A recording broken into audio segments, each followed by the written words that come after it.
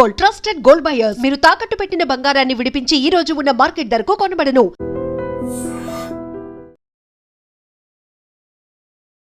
నమస్తే, welcome to I dream.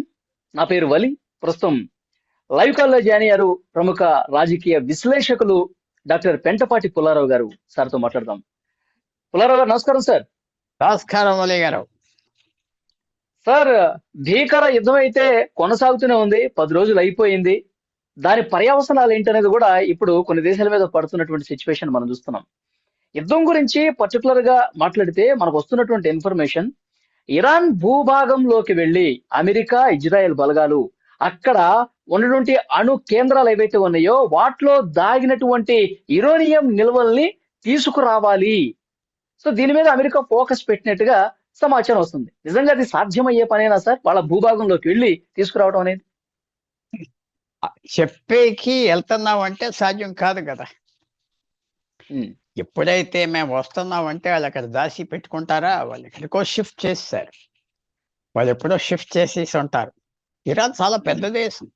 భారతదేశంలో 60% area ఉన్నది, తక్కువ జనం ఉన్నారు, 10 కోట్లే. సో ఎప్పుడైతే మీ ఇంటికి నేను దొంగతనానికి వస్తా అని చెప్తా ఉంటే అక్కడ దాచుకుంటారో రెడీగా ఉంటారు. సో అది ఊరికనే సైకలాజికల్ గా, మానసికంగా ఇజ్రాయెల్ ప్రపంచాన్ని, ఇరానియన్స్ ని బెదిరిస్తారు. ఎందుకంటే అది నిజంగా ఎక్కడ దాశారు తెలుసుకోవాలి. అక్కడ ఉన్నదా, ఇంకో చోట దాశారా? ఒక్కోసారి దాసేరు ఓపెన్ గా దాస్తారు, అందరూ చూసే చోట దాస్తారు, అది ఎవరు అనుకోరు. సో ఎనీ టెక్నిక్స్ మోక్అవుట్ చేయటానికి, అంటే పొగ పెట్టేస్తే ఇంట్లో బయటకు వస్తాయి కదా ఎలకలు అన్ని, అందువల్ల ఇది ఒక టెక్నిక్. అది మేము వస్తున్నాం మాకు తెలుసు అంటే వాడు ఏదో మార్చేస్తాడా ఏంటి, వాడు సైకలాజికల్. ఇది చెప్పిందంతా, బయట చెప్పిందంతా అది నిజం తీసుకోకూడదు. అవన్నీ దాంట్లో అర్థాలు ఉన్నాయి, దాంట్లో టార్గెట్స్ ఉన్నాయి, దాంట్లో మోసం ఉన్నది, తెలివితేటలు ఉన్నాయి, ధైర్యం ఉన్నది, అన్నీ ఉన్నాయి. బట్ నిజమా అంటే మనకు తెలియదు. అదొక ప్రాక్టికల్ గా వర్కౌట్ కాదంటారు అక్కడ వాళ్ళ భూభాగం మీదకి వెళ్ళడానికి. వర్కౌట్ ఏదైనా అవ్వచ్చు. ఎందుకంటే ఎప్పుడైతే అయతుల్లాలి వాడి ఇంట్లోకి వెళ్ళి చంపేసి బయటకు వచ్చేసారో ఆ పూర్తి ఇన్ఫర్మేషన్ ఉన్నది. వాళ్ళు నాయకత్వం పూర్తిగా ఒకళ్ళ మీద ఒకళ్ళు చెప్పేస్తున్నారు ఇన్ఫర్మేషన్. 47 సంవత్సరాలు అవ్వాక, 3 తరాలు అధికారంలో ఉన్నాక, ఎవరైతే 1989 పవర్ లో ఉన్నారో వాళ్ళ మనవాళ్ళు పవర్ లోకి వచ్చారంటే వాళ్ళంతా కరప్ట్ అయిపోయి ఉంటారు.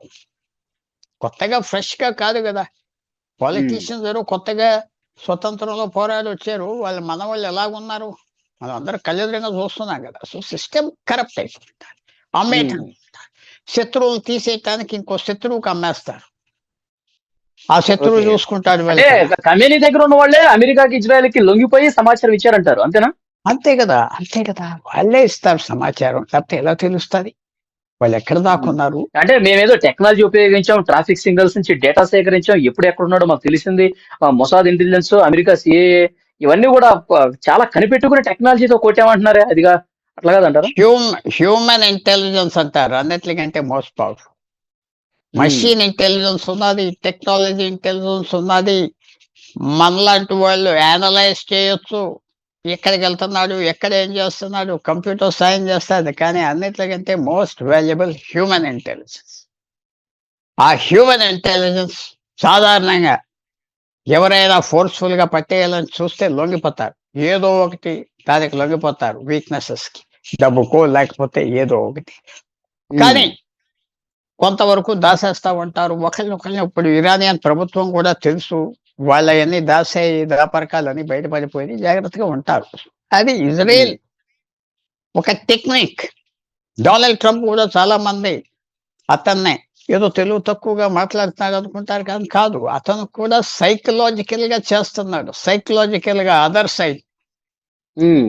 సైడ్ ని భయపెట్టిస్తున్నారు, అదర్ సైడ్. సో ఇవన్నీ మీరు ఎలా చూడాలంటే మాటలు ఏదో ఊరికనే కాదు, దానికి టార్గెట్ ఏంటి, దాని రియల్ ఉద్దేశం ఏంటి, ఎంతో ఉద్దేశానికి అది బయట కనపడేదానికి చాలా తేడా ఉంటుంది. సో ఇవన్నీ మనం అలా చూడాలి. ఇప్పటి వరకు జరిగిన యుద్ధం వల్ల అమెరికా, ఇజ్రాయెల్ తీవ్రంగా నష్టపోయాయి. ఆర్థికంగా కూడా వాళ్ళకి ఎక్కువ నష్టం కలిగింది. ఇక ఏదో పైకి యాక్ట్ చేయాలి కాబట్టి ఇప్పుడు యుద్ధం చేస్తున్నారు కానీ మనస్ఫూర్తిగా చేయట్లేదు అని ఒక వాదన కూడా ఉంది. ఏమంటారు సార్? ఎందుకు వాళ్ళు ఎలా ఓడిపోయారంటారు? వాళ్ళు 13 రోజుల్లో ఉంది. 13 రోజుల్లో ఇరాన్ 47 సంవత్సరాలు కట్టిన బిల్డింగ్స్, రైల్వే లైన్స్, వాళ్ళు, హార్బర్స్, ఎయిర్పోర్ట్స్, ప్లేన్లు అన్ని తీసేస్తున్నారు కదా. ఉమ్, ఆయిల్, చమురు డబ్బుతో కొన్న అన్ని పొగ అయిపోయినాయి కదా. సో ఇప్పుడు టార్గెట్ వాళ్ళకే ఉన్నది. అమెరికాకి రోజుకి వాళ్ళ బడ్జెట్, డిఫెన్స్ బడ్జెట్ $3 బిలియన్ రోజుకి. ఉమ్, వార్ టైం ఇంకో $1 బిలియన్ కలుపుతారు రోజుకి. పెట్రోలే కాదు, ప్లేన్లు పడిపోతాయి, కొత్త ప్లేన్లు తేవాలి, ఖర్చు అయిపోతాయి. ఎమర్జెన్సీగా ₹10 ఉండేది ₹1,00,000 కొనేస్తారు సాయంకాలానికి. అలా చేస్తారు. ఉమ్, సో రోజు అమెరికన్ బడ్జెట్, డిఫెన్స్ బడ్జెట్ $2 నుంచి $3 బిలియన్ రెగ్యులర్ బడ్జెట్. దానికి ఉమ్, చాలా మంది ఇంకో 50 కోట్లు, 100 కోట్లు కాదు, ఇంకో $1 బిలియన్ కలుస్తున్నాయి డైలీ. ఇంకో $1 బిలియన్.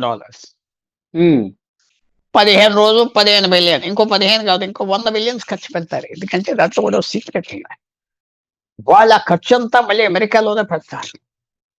అక్కడే ప్లేన్లు తయారు చేస్తారు, అక్కడే రాకెట్లు తయారు చేస్తారు, అక్కడే స్టీల్ తయారు చేస్తారు, అక్కడే అసెంబుల్ చేస్తారు. అదే భారతదేశం కొనుక్కోవాలనుకో, మనం అంతా బయట నుంచి కొనుక్కోవాలి. ఉమ్. ఇరాన్ కొనుక్కోవాలంటే అంతా బయట నుంచి కొనుక్కోవాలి. సో అమెరికాకి నష్టం అవినా, కానీ అక్కడే ఖర్చు పెడుతున్నారు కాబట్టి ఆ ఆర్థిక వ్యవస్థ అంత పల్సనవుతుంది. ఉమ్. కానీ సలహాదారులు చెప్పారంట ట్రంప్ కి. మనం ఈ రోజు పేపర్ లో కూడా చూసాం. ఈ యుద్ధం వల్ల ఇంకా పరిస్థితులు బాగాలేదు, అమెరికా ప్రజలు కూడా దీన్ని వ్యతిరేకించే పరిస్థితి వస్తుంది, ఇప్పటికిప్పుడు ఆపేస్తే బెటరు, మనం చేయాల్సిన నష్టం ఇరాన్ కి చేసేసాం, కానీ ఇంకా ముందుకు వెళ్ళకపోవటమే బెటరు. అది అతను ఇప్పుడు ఇద్దరు, ఇరాన్, అమెరికా, ఇజ్రాయెల్ ముగ్గురు పులి మీద సవారీ చేస్తారు. దిగలేరు. ఎవరు దిగితే వాళ్ళని తినేస్తుంది పులి. సో అది అలా మేము దిగిపోతున్నాం, ఇంటికి వెళ్ళిపోతున్నాం అంటే అది కుదరదు. దిగే రింగ్లోకి ఆఖరి వరకు ఉండాలి, వాళ్ళు తగ్గిపోతే గానీ అని అంటారు. ఇరానియన్స్ కూడా తెలుసు వాళ్ళు తగ్గిపోదామని ఉన్నది, కానీ మేము తగ్గిపోతామని చెప్తే క్రష్ అయిపోతారు, వాళ్ళు చెప్పలేరు. సో ఇద్దరు ఎవరో వచ్చి మధ్యవర్తి వచ్చి చేస్తారు, చూస్తున్నారు. రష్యా, చైనా ప్రయత్నం చేస్తుంది, అదే అవ్వచ్చు. కానీ ఇవాళ సాయంకాలం అయిపోతుందా? అవ్వదు. రోజు రోజు అమెరికాకి విజయం రాకపోయినా జ్ఞాపకం పెట్టుకోండి, వాళ్ళు అలా డ్యామేజ్ చేస్తా ఉంటే ఇరాన్ చాలు, అలా డ్యామేజ్ చేస్తా ఉంటే చాలు. రోజు రోజుకి వాళ్ళు మళ్ళీ తేలుకోవడానికి కొన్ని సంవత్సరాలు పడతాయి. అదే చెప్తున్నా చాలా మందికి, మీరు భారతదేశంలో కూర్చున్నారు, మీకెందుకు ఆ గొడవ గురించి, మీకెందుకు ఆ యుద్ధం చేసుకొని, మన స్నేహితులు కాదు కదా. సో అలాగే అమెరికాలో కూడా వ్యూ ఏంటి, అలా పోరాడుతూ ఉంటారు ఇంకో 10 రోజులు. ఏమవుతుంది, ఇరాన్కి ఇంకేం మిగులుతాయి? ఏం మిగలవు. ఆ ఇన్ఫ్రాస్ట్రక్చర్ అంతా తీసేస్తారు. సో అది నష్టం అయిపోతుంది ఇరాన్. ఏదో బయటకు వచ్చావు ఎగురుతావంటే ఎక్కడికి ఎగురుతావు? రెక్కలు లేకుండా. అంటే 100 సంవత్సరాల తర్వాత వచ్చిందా సార్? యుద్ధం ముగించే పరిస్థితికి వచ్చిందా? ఎందుకంటే ఇప్పుడు హర్ముజ్ జలసంధిని మూసివేయడం ద్వారా చాలా దేశాలు కూడా ఇబ్బంది పడతాయి. హార్మస్ జలసంధి, చమురు గిమరు వదిలేయండి, అది ప్రపంచంలో నిండా చమురు ఉన్నది. 30 సంవత్సరాలు చమురులో షార్టేజ్ ఉండేది ప్రొడక్షన్. ఇప్పుడు ఓవర్ కెపాసిటీ ఉన్నది. కెపాసిటీ 30% ఉన్నది, అది మళ్ళీ తయారు చేసుకోవాలి. మూసేశారు, ఎందుకంటే డిమాండ్ లేదు. ఇప్పుడు డిమాండ్ వచ్చింది, కెనడాలో డిమాండ్ వచ్చింది, అమెరికాలో డిమాండ్ వచ్చింది. మళ్ళీ ఓపెన్ చేస్తారు ఆయిల్ వెల్. 1 నెల పడుతుంది, కొత్త వాళ్ళు వెళ్ళి తేవటానికి 1 నెల పడుతుంది. 60 రోజుల్లో మీకు అమెరికా నుంచి, కెనడా నుంచి మీకు చమురు వస్తుంది. ఇవాళ కెనడా మేము ఇస్తామన్నారు. సో 60 రోజులు టైం కావాలి. ఏదో జలసంధి మూసేశారంటే ధరలు పెరుగుతాయి. పెరిగితే ఏమవుతుంది? ప్రజలు తిరగటం మానేస్తారు, స్కూటర్లు, కార్లు ఇంటికాడ పెట్టుకుంటారు. ఇప్పుడు గ్యాస్ ఆగిపోవడం వల్ల హోటల్స్ కూడా బంద్ పెడుతున్నారు సార్ ఢిల్లీలో, ముంబైలో. అవన్నీ అడ్జస్ట్ అయిపోతాయి. 1 వారం రోజుల్లో అడ్జస్ట్ అవుతాయి. భారతదేశానికి ఏంటంటే యుద్ధంలో ఎప్పుడు తినలేదు దెబ్బ. చాలా అదృష్టమైన దేశం భారతదేశం. ఈ 75 సంవత్సరాలు యుద్ధం లేకుండా మన నాయకులు అందరూ చూశారు. చిన్న యుద్ధం చైనాతో అవుతా ఉన్నది, పాకిస్తాన్తో అవుతుంది, కానీ మన ఇంటికి రాలేదు యుద్ధం. సరిహద్దుగా పరిమితమైంది. సరిహద్దుకి. ఇప్పుడు ఇరాన్ ఇంటికి వచ్చి వాళ్ళ బెడ్రూమ్లకు వెళ్ళిపోయి వాళ్ళ బాత్రూమ్లకు వెళ్ళిపోయి బాంబులు వేస్తున్నారు. నిద్ర పడట్లేదు అన్నారు తెహరాన్లో. ఈ 13 రోజులు రాత్రి ఆ బాంబు సౌండ్ వింటా ఉంటే జనం భయపడిపోతుంది. సో అందువల్ల నేను 3 పాయింట్స్ చెప్తున్నా. ఒకటి, యుద్ధం ఎప్పుడైనా ఆగిపోవచ్చు, సాయంకాలానికి ఆగిపోవచ్చు. 2, అలాగే కంటిన్యూ కూడా అవ్వచ్చు, ఇంకో 30 రోజులు కంటిన్యూ అవ్వచ్చు. 3వది, ఇదేదో చమురు గురించి ఆగిపోతుంది అని కాదు. చమురు అసలు పాయింటే కదా. మళ్ళాటి వాళ్ళకి కొద్దిగా ధర పెరిగింది, గ్యాస్ సిలిండర్ ఏదో ఉంటాయి, కానీ అది కాదు. చమురు ప్రపంచంలో సరిపడా ఉన్నది, ఎక్కువ దొరికింది, ఆల్టర్నేటివ్స్ దొరికినాయి, సోలార్ ఎనర్జీ. సో అది కొంచెం అడ్జస్ట్మెంట్కి టైం పడుతుంది, అంటే 30 రోజులు 60 రోజులు. ముఖ్యంగా యూరప్, అమెరికా, కెనడా, ఈ దేశాలు ప్లస్ 56 ముస్లిం దేశాల్లో 46 దేశాలు సంతర్పణ కూడా చెప్పలేదు ఇరాన్ చచ్చిపోతే అయోతలాకి. దానికి ఏమంటారు? ఎవరు? పాకిస్తాన్, బంగ్లాదేశ్ ఎవరేం చెప్పలేదే అయ్యో చచ్చిపోయేది. ఎందుకు చెప్పలేదు చెప్పండి మీరు? అంత ఇరాన్ మీద వ్యతిరేకత ఉన్నది. అరబ్ దేశాలు, వాళ్ళ గురించి మిగతా దేశాలు ఎవరూ మాట్లాడట్లేదు, ఒక మాట అంటలేదు. వాళ్ళు ఆయిల్ చౌకగా ఇచ్చి దొబ్బేసే టైంలో అందరూ వెళ్ళి తీసుకున్నారు, పాకిస్తాన్, బంగ్లాదేశ్ అందరూ. ఇప్పుడు ఎవరు మాట్లాడట్లేదు. సో అందువల్ల ఇరాన్ మీద మంచి చెడ్డకు, ఇరాన్ చాలా పెద్ద దేశం, నా వ్యూ, పెద్ద సంస్కృతి. తర్వాత నాలాంటి వాళ్ళకి షియాజ్ అంటే చాలా పార్షియాలిటీ ఉన్నది ఆ కమ్యూనిటీ అంటే. ఎందుకంటే వాళ్ళు చాలా లిటరేట్, ఎడ్యుకేటెడ్, చాలా ఉన్నాయి, వాళ్ళలో ఉన్న గుణాలు ఉన్నాయి, చాలా గొప్ప గుణాలు ఉన్నాయి షియా కమ్యూనిటీలో. అది కాదంటానికి ఎవరు కాదు, చాలా గొప్ప గుణాలు ఉన్నాయి. వాళ్ళు చిన్న చిన్న తగువులకు దిగరు, సమాజంలో తోసుకోరు, పీసుకోరు, ఇలాంటి ఏం చేయరు, రౌడీజం ఉండదు, క్లాస్ పీపుల్. వాళ్ళు ఇబ్బంది పడుతున్నారంటే అందరికీ బాధే పాపం. కానీ వాళ్ళు ఉన్న దేశంలో ప్రభుత్వం చేసే పనికి విరోధం వచ్చింది. నేను తీసుకొచ్చి పెట్టలేదు వాళ్ళకి విరోధం. ఆ 46 ముస్లిం దేశాలు ఎందుకు ఫైట్ చేస్తున్నాయి వాళ్ళతో? అమెరికా, యూరోప్ ఏంటంటే వచ్చిన ప్రాబ్లం ఇరాన్తో. ఆ చమురు వచ్చాక 1979 అధికారం తీసుకున్నాక వాళ్ళు నిశ్శబ్దంగా చేసే పని చేసుకుంటా పోతే ఎవరేం పట్టించుకోరు, ఎవరు పట్టించుకోరు. వాళ్ళు ఎన్ని కట్టుకొని, డ్యామ్స్ కట్టుకొని, ఈ బాంబులు కట్టుకొని మాట్లాడకుండా. కానీ మొదటి రోజు నుంచి బాంబులు తీసి వాడిని చంపేస్తాం, వీడిని చంపేస్తాం అంటే ఎలాగా? నువ్వు ఎందుకు ఆ శబ్దం చేశా? మాట్లాడకుండా క్వైట్ గా వాళ్ళు చేస్తే ఎవరు పట్టించుకోరు. అది అనౌన్స్మెంట్స్ మీద అనౌన్స్మెంట్స్ చేస్తూ వస్తే సౌదీ అరేబియా తీసేయాలి కింగ్ అన్నారు. 1987లో 2 లక్షల మందిని హజ్ పిల్గ్రిమ్స్ గా పంపించి మక్కా మసీద్ లాగేశారు. 15 రోజులు పట్టిన వాళ్ళని తీసేయడానికి. అక్కడ 100 మందిని చంపేసే పరిస్థితి. ఎవరు ఎందుకు భయం రాదు వాళ్ళంటే? సో ఇవన్నీ హిస్టరీ ఉన్నాయి. హిస్టరీ చెప్పుకోవడం చాలా కష్టం. పరిస్థితే చెప్పుకుందాం, యుద్ధం సాగుతుంది, తగ్గదు. ఇది బ్లడ్ లెట్టింగ్ అంటారు. సార్ ఇప్పుడు వెనక్కి తగ్గిన ఇరాన్ మాత్రం ఏదో పగతో రగిలిపోతుంది. కొత్తగా వచ్చినటువంటి ఆ కొడుకు ముస్తఫా ఎవరైతే ఉన్నారో అతను కూడా బాగా దెబ్బ తీయాలని చెప్పి కసిగా ఉన్నాడు. ఇలాంటి చర్చ వస్తుంది సార్. కసిగా ఉన్నాడు. ముందు ఎవరు అంటున్నారు? అమెరికా కూడా కసిగా ఉన్నది, ఇజ్రాయెల్ కూడా కసిగా ఉన్నది. నా ప్రశ్న మీకెందుకు అంటున్నా?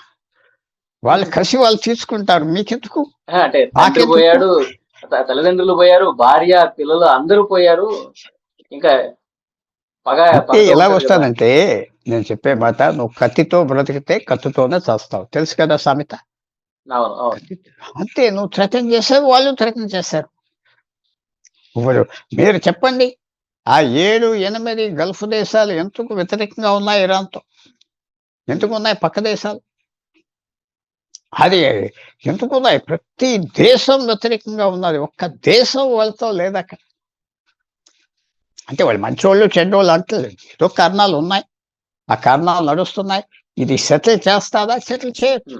సరే, ఇప్పుడు యుద్ధం ఆగడానికి రష్యా, చైనాలు ఏమన్నా ఒక అడుగు ముందుకేసి మధ్యవర్తిత్వం నిలిపితే త్వరగా క్లోజ్ అవుతుందని చెప్పి అన్నారు. ట్రై చేస్తున్నారు. ఎప్పుడు ఏ అవకాశం సార్ ఏమన్నా? రష్యాకి అలాగన్న మాటలు, రష్యాకి యుద్ధం వెళ్ళటం మంచిది. ఎందుకంటే ఆయిల్ ధరలు బ్రహ్మాండంగా పెరిగింది. రష్యా ఏంటంటే ఆ నొప్పులో కెరసిన్ కొద్దిగా వేస్తా ఉండి మంచినీళ్ళు పోస్తున్నాను అంట. చైనాకి శాంతి కావాలి, చైనాకి కావాలి. ఎందుకంటే చైనాకి పీస్ కావాలి, ఆ ఆయిల్ కావాలి, వ్యాపారం చేసుకోవాలి. భారతీయులు మన వ్యాపారం ఆగిపోయింది అంటామంటే మనకంటే 7 రెట్టింపుల వ్యాపారం ఉన్న చైనాకి. అదంతా ఆల్రెడీ ఆగిపోయింది కదా. సో చైనాకి కావాలి. రష్యా కొంచెం పెద్ద రకం మాటలు తగు జరగనే మనకు మంచి అదృష్టం వచ్చింది అనుకుని పనికి మొదలుకెళ్తాం. సో ఎన్నో ఉంటాయి వలి గారు. పిక్చరు క్లియర్ అనుకుంటా కానీ బ్లాక్ అండ్ వైట్ కాదు, నలుపు తెలుపు క్లియర్గా లేదు. వెనకాల ఎన్నో ఉంటాయి, వెనకాల ఎన్నో రహస్యాలు ఉంటాయి, వెనకాల ఎన్నో ఇంట్రెస్ట్ ఉంటాయి, అన్ని బయట పడవు. మనం కొద్దిగా అండర్స్టాండ్ చేసుకోవాల్సింది ఏమిటంటే యుద్ధం వచ్చింది కాబట్టి అందరూ ఆఫ్ చేయడం ఉండదు. ఎన్ని మాటలు చెప్పినా లాభించే వాళ్ళు ఇబ్బంది ఏం లేదుగా సార్, మనకు వచ్చిన ఇబ్బంది ఏం లేదుగా ఇప్పటికైతే. ఎప్పుడే ఇప్పటికైతే మనకు వచ్చిన ఇబ్బంది లేదుగా, మనకు వచ్చిన ఇబ్బంది లేదు. ఇబ్బంది ఉన్నది, ఏమి ఇబ్బంది ఉన్నది? ఏమి ఇబ్బంది లేదు భారతదేశానికి. ఓ 15 రోజులు నెలల్లో కొద్దిగా గ్యాస్ గీస్ అంతా చదువుకుంటారు, సెటిల్ అయిపోతాయి.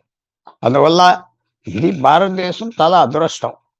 ఎందుకంటే మన నెత్తి మీద బాంబులు పడట్లేదు, అంతే అంట. Thank you very much sir. మళ్ళీ అప్డేట్స్ మీద మళ్ళీ మాట్లాడదాం. Thank you.